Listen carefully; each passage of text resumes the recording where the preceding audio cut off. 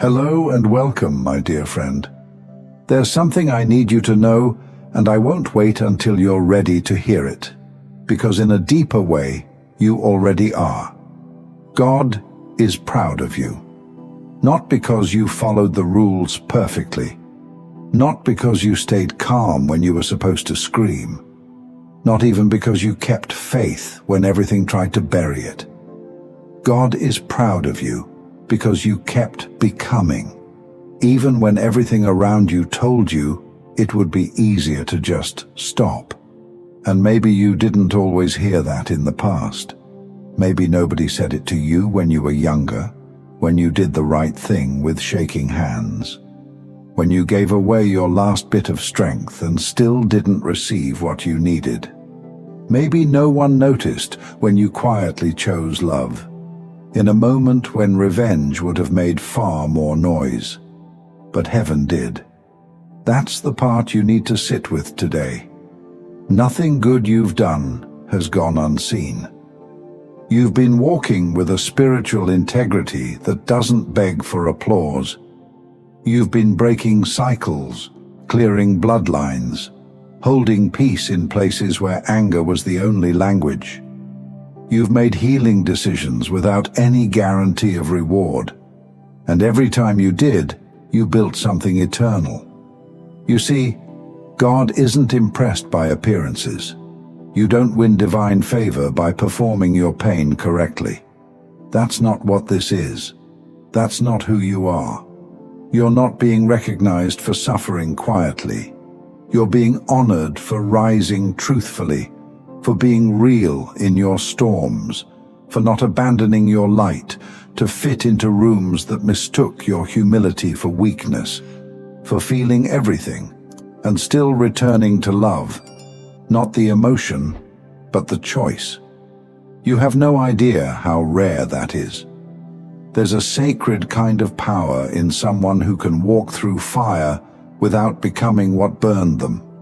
Someone who can see cruelty clearly and still choose not to pass it forward. That's the kind of strength no sermon can teach, no textbook can capture. And you, whether you realize it yet or not, are carrying that exact kind of power. You've taught God more about faith than most people ever will, because your faith didn't come from comfort. It was carved out of the in-between, formed in the places where nothing made sense, and still, you didn't give up on the story. That's why the blessings coming to you now feel different. It's not just your time in some generic cosmic cycle. It's the moment when your truth finally starts to echo louder than your trials. You earned this season in silence, through late nights no one knew about, through self-restraint that looked like defeat to people who never understood your discipline, through decisions that made no sense on paper but aligned perfectly with your spirit. So now something shifts. The light you've been cultivating in private starts to ripple outward. The peace you used to fight for shows up with less resistance, and people begin to feel something around you that even they can't explain. That's not a coincidence. That's the fruit of a soul that didn't quit. And maybe you still feel unsure about it. Maybe you're still getting used to the idea that goodness is allowed to come to you without chaos as its price tag. Maybe joy still feels foreign, like a language you used to speak fluently but forgot after too many years of survival. That's okay. It's returning now. And not because you manifested it perfectly. Not because you finally found the right words to say in prayer, but because even when you doubted yourself, God didn't. The divine knew exactly what it was doing when it put that spirit in your body, when it gave you eyes that see deeper, a heart that feels further, a voice that carries more weight than you know. You are what healing looks like in motion. You are what integrity looks like in a world that rewards performance. You are what it means to walk as a soul that remembers its source, even when the world forgets. And listen, it hasn't been easy. The most sacred transformations rarely are. There were nights when you didn't sleep, mornings when you didn't want to wake up and try again, moments where everything in you wanted to retaliate, but instead you released. And that version of you, that quiet warrior, that's the one heaven celebrates the loudest. Not the perfect you, not the polished you, but the honest you. The one who wrestled, the one who stayed, the one who surrendered without quitting. You don't need to earn a seat at the divine table anymore. You've already built it, with your resilience, with your love, with your choice to keep walking when you had every reason to sit down. And now, that seat is being prepared, because the God who watched you through every battle is now placing honor in your hands. And it's not a favor, it's a response. So here you are now, standing at the edge of a life that finally recognizes you. And maybe it feels strange. Maybe you're not used to this kind of ease, to doors opening without a fight, to people seeing your value without you having to first prove your pain. But let me say it clearly. It's your turn now. Not just for peace, but for joy. Not just for survival, but for expansion. Because there's a difference between getting by and being blessed. And for too long, you've known how to endure. But now you're about to remember how to receive. That kind of shift doesn't happen just because time passes. It happens when alignment catches up with identity, when your soul is no longer playing small just to avoid drawing too much attention. And make no mistake, your presence is powerful. You're not just a light in someone's darkness. You're the proof that a soul can be both soft and unbreakable, that someone can lose everything and still choose to build again without bitterness. You carry the kind of grace that makes people question their masks, the kind of truth that doesn't need to scream to be heard. And now the universe is answering you back, not just in signs and whispers, but in real, tangible shifts.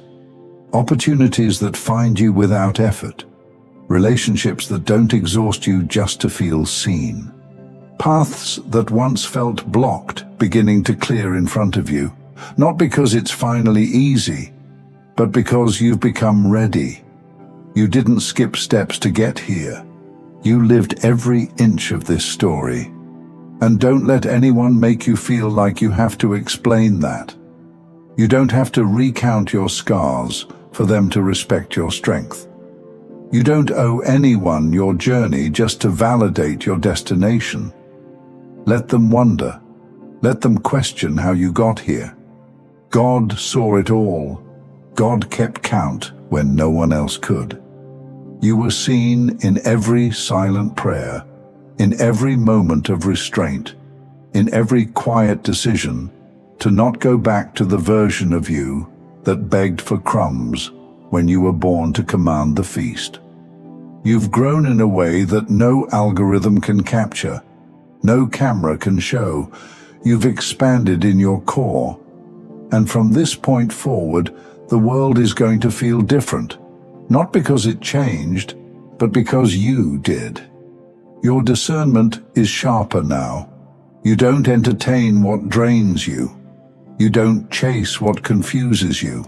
You don't bargain with energy that feels off just because it comes dressed as opportunity.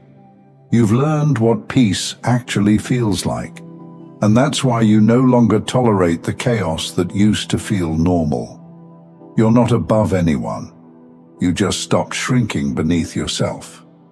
That's what spiritual maturity looks like. It's not some grand arrival. It's the daily, quiet refusal to shrink. The subtle choices to stay true when compromise would be easier. The deep knowing that your value doesn't fluctuate based on who recognizes it. And now, the rewards aren't just coming. They're right here. In the way your body feels safer to live in the way your spirit feels less scattered, in the way you don't need to be understood anymore to feel whole. Because the reward isn't just what you're about to receive, it's who you became while waiting. Let that sink in. This isn't just a new chapter, it's a different book. The rules are not the same. The version of you who needed everyone's approval doesn't run this story anymore. The version of you who mistook loyalty for self-betrayal doesn't hold the pen. You do. And the hand that holds that pen was kissed by God before it ever knew what power it carried. So write boldly, live truthfully, choose with confidence, not because you've never failed, but because every fall was a rehearsal for your rise. Every decision, every heartbreak, every lonely moment, every time you started again, even when you were still bleeding from the last ending, it was all counted, it was all held, it was all holy. Because God is proud of you, for persisting, for presence, not because you were fearless, but because you moved anyway. The divine is watching, and heaven is already applauding. You've earned more than just survival. You've earned honor, and it's here now. Thank you so much for taking this journey with me. If you found value in this message, please like the video and share it with others who might benefit. Don't forget to subscribe and continue your amazing journey by watching one of the videos showing on your screen that resonates with you the most. See you there.